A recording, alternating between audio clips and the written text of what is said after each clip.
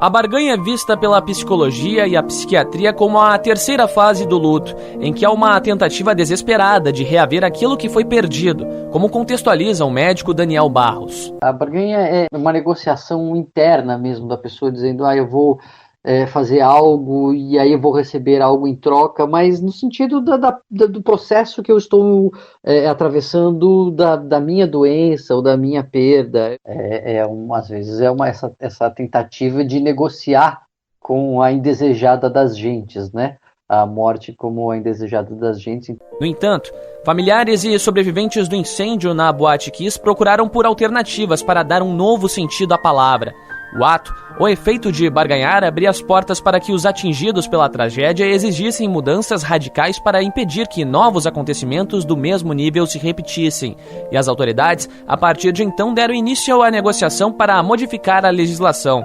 A Lei Kiss foi criada para tornar a regulamentação mais rígida e começou a tramitar na Assembleia Legislativa do Rio Grande do Sul ainda em julho de 2013, mas sancionada pelo então governador Tarso Genro 11 meses após o incêndio. O projeto seguiu as diretrizes e o exemplo de países como Estados Unidos e algumas nações da União Europeia, onde foram estabelecidas normas sobre segurança, prevenção e proteção contra incêndios nas edificações e áreas de risco de incêndios no estado. Entre as alterações, foi previsto que os PPCIs poderiam ser elaborados apenas por profissionais registrados junto ao Conselho Regional de Engenharia e Agronomia ou ao Conselho de Arquitetura e Urbanismo. Através da nova lei, caberia apenas aos bombeiros emitir alvarás e fazer vistorias, e o prazo de vencimento, conforme cada estabelecimento, variaria entre 2 e 5 anos.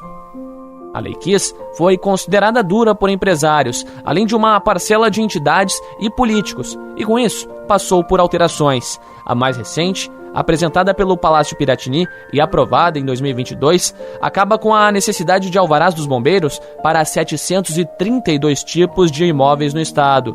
A emissão de alvarás considerados mais simples, a qual podia ser feita pela internet por meio de uma autodeclaração de responsabilidade de cada proprietário, também caiu.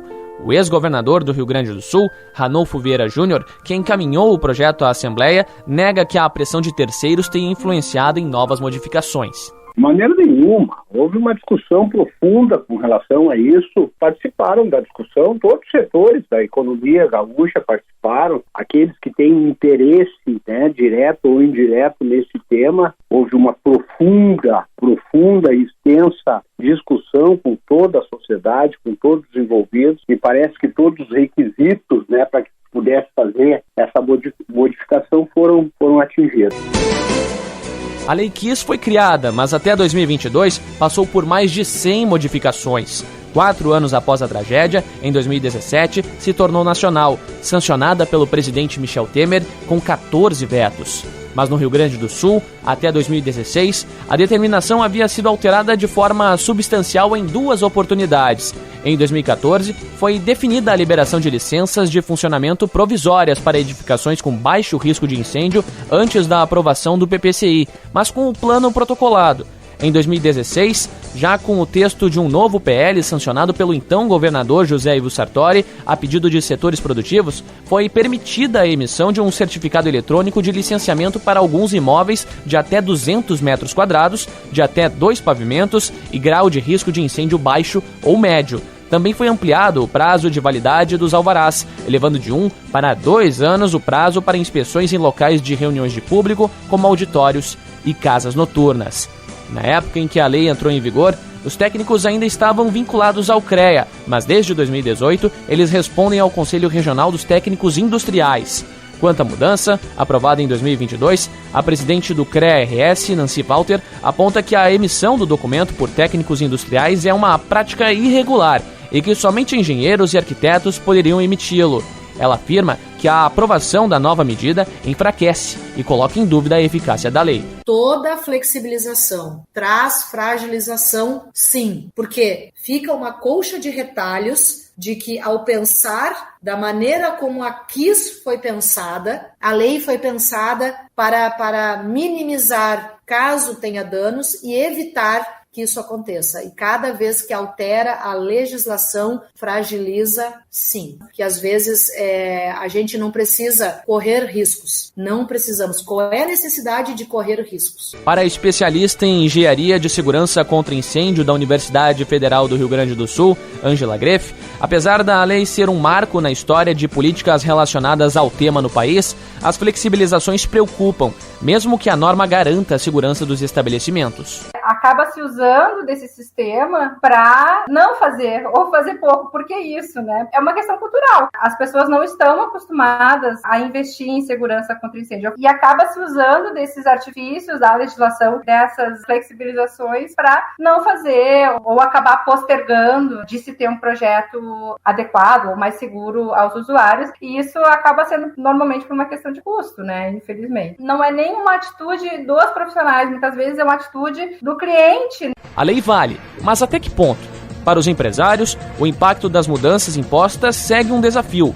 Em meio às dificuldades, barganharam por alterações que viabilizassem a realização de atividades com segurança. Cláudio Fávero é sócio proprietário de casas noturnas em Porto Alegre e no Litoral Norte, além de outros estabelecimentos que precisaram se adaptar às adequações impostas pela lei. Ele garante que os empreendimentos seguem todas as normas, mas aponta que algumas das condições a serem adotadas exigem um esforço que nem todo empresário pode custear. Com isso, é necessário se readequar para garantir a segurança do local. Cara, se não pode, não pode, velho, sabe? Eu acho que a segurança é em primeiro lugar. Então as pessoas muitas vezes, porque eu não consigo botar uma caixa d'água de tantos mil litros que vai atender se pegar fogo. Cara, dá um jeito, velho. É que precisa investimento, tá ligado? Assim, tu não consegue fazer um negócio sem um bom investimento, tu não tem. É caro, cara, tu te adequar é caro, tu PPCI é caro, sprinkler é caro. Dá, velho, entendeu? Dá. Só que tem que botar a mão no bolso. Se um bota a mão no bolso, cara, pra ficar adequado, as outras também tem que se adequar. Os jovens, como o sobrevivente Gabriel Rovadowski, não tinham culpa. Só queriam aproveitar o final de semana, assim como outros tantos que frequentam festas e buscam locais de diversão em toda a parte do mundo. Mas naquela noite foi diferente. O alvará de funcionamento expedido pelo Corpo de Bombeiros estava vencido desde agosto de 2012 e os equipamentos de gravação estavam no conserto. A casa noturna ficou aberta durante quase 42 meses e por 31 deles funcionou sem o alvará sanitário. Para o presidente da Associação dos Familiares de Vítimas da Tragédia, permitir a flexibilização reabre as portas para que tragédias como aqui se repitam. E o processo de conscientização, ele é muito longo, ele é necessário. A gente precisa resgatar essa memória para a gente conseguir construir um futuro em cima do que aconteceu. Tem que evitar outras tragédias, não evitar a memória do que aconteceu. Trazer à tona os elementos que fortaleçam os argumentos de prevenção, os argumentos em favor à vida, em favor à segurança. Diz respeito a toda a sociedade, não diz respeito a quem se beneficia disso e não são diretamente afetados pela tragédia. Diz respeito ao benefício de toda uma sociedade, todo um futuro que a gente está construindo, que a gente quer construir, que a gente almeja. Durante o período em atividade, a KISS, a pedido do Ministério Público, em razão das reclamações dos moradores da região, passou por uma reforma para reduzir os ruídos. Entre as alterações, a utilização de uma espuma, comprada em uma loja de colchões de Santa Maria. A queima do material produziu a fumaça tóxica que, segundo a polícia, causou a morte da maioria das vítimas. 90% delas tiveram asfixia mecânica e o fato foi agravado devido à compra de um sinalizador mais barato e proibido para ambiente fechado. Por exemplo, a barganha nas flexibilizações, a legislação estadual mudou e, passada uma década, as leis imperam diante de um desafio para o futuro: manter-se de pé.